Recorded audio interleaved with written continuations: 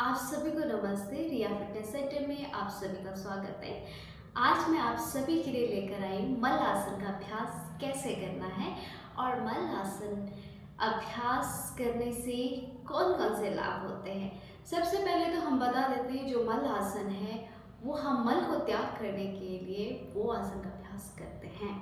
और ज़्यादातर जिनको घुटनों में दर्द है वो इसका अभ्यास ना करें, बाकी लोग इसका अभ्यास कर सकते हैं। जिनको प्रातः काल पेट साफ नहीं हो पाता है, बहुत ज़्यादा कब्ज का समस्या रहता है, उनको इसका अभ्यास थोड़ा सा पानी पी के, गुनगुना सा पानी पी के और आप मल आसन में बैठ के पानी पीएंगे तो आपका पेट अच्छे से साफ होगा।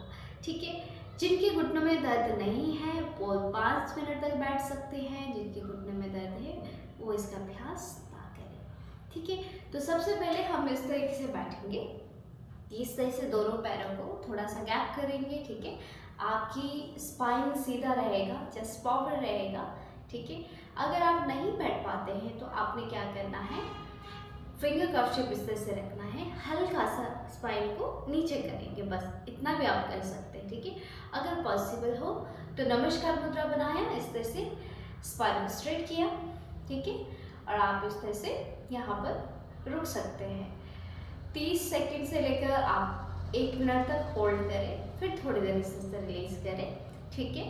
फिर धीरे धीरे होल्ड करें, 1 से 2, 2 से 3, 3 से 4, 5 मिनट तक आप इसका अभ्यास कर सकते हैं। अगर पॉसिबल हो तो आप मल्टीपल अटेम्प्ट 5-5 मिनट का कर सकते हैं। फिर आप थोड़ी देर इस तरह से हाथ रखेंगे या फिर आप वज्रासन में इस तरह से आके भी रिलैक्स कर सकते हैं, इस तरह से।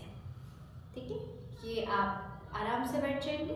फिर वापस मलासन में जाने के लिए फिंगर कप शेप बनाएंगे, दोनों हाथों से सपोर्ट लेते हुए इस तरह से हील को थोड़ा सा इन रखेंगे, टोस आउट रहेगा। ठीक है। और फिर इस तरह से नमस्कार, ये है।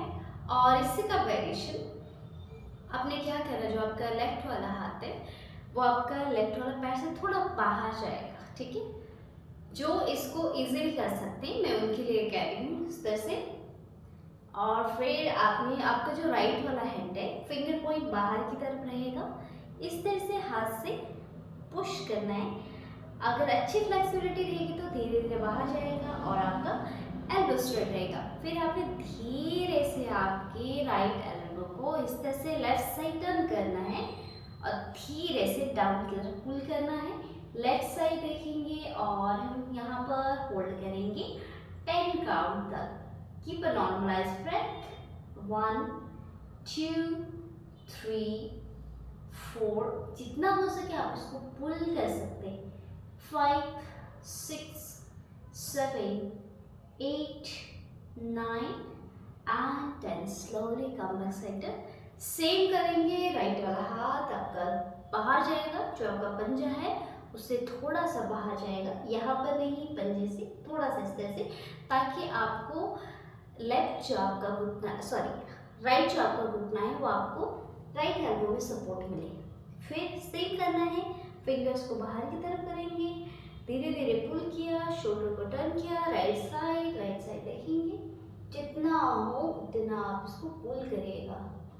होल्डिंग करेंगे 2 3 4 5 6 7 8 9 10। सेंटर में आएंगे।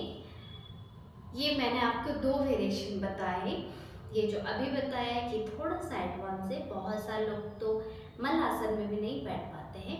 वो एक ब्लॉक्स आता है, उसमें बैठकर भी कर सकते हैं इस तरह से। बाकी लोग सिंपल इस तरह से, नहीं तो फिंगर कप शेप किया इस तरह से। और बहुत सारे लोग इस तरह से नहीं बैठ पाते हैं तो वो हल्का सा हिल अप करके इस तरह से भी बैठ सकते हैं, क्योंकि इस तरह से उनका बैलेंस नहीं होता है, गिर जाते हैं। तो इस तरह से फिंगर कप शेप किया और धीरे से इस तरह से हिल को हल्का सा अप किया। फिर कुछ समय तक आप यहाँ होल्ड करें, फिर हिल को डाउन करें, फिर दोबारा हिल को अप करें और हिल को डाउन करें। ठीक है। तो ये मैंने आपको बताया मल आसन के 2 वेरिएशन और उसके लाभ। ठीक है। और जिनको घुटनों में दर्द है कृपया वो इसका अभ्यास ना करें। ठीक है। क्योंकि जब अगर आप इस तरह से थोड़ी देर तक बैठेंगे प्रेशर आ सकता है, उनके लिए मैं अगली वीडियो में बनाऊंगी किस तरह से करना है। आज के लिए बस इतना ही। आई होप कि आप लोग इसको करेंगे। चैनल को लाइक करेगा, सब्सक्राइब करेगा, सपोर्ट करेगा। आप सभी को नमस्ते।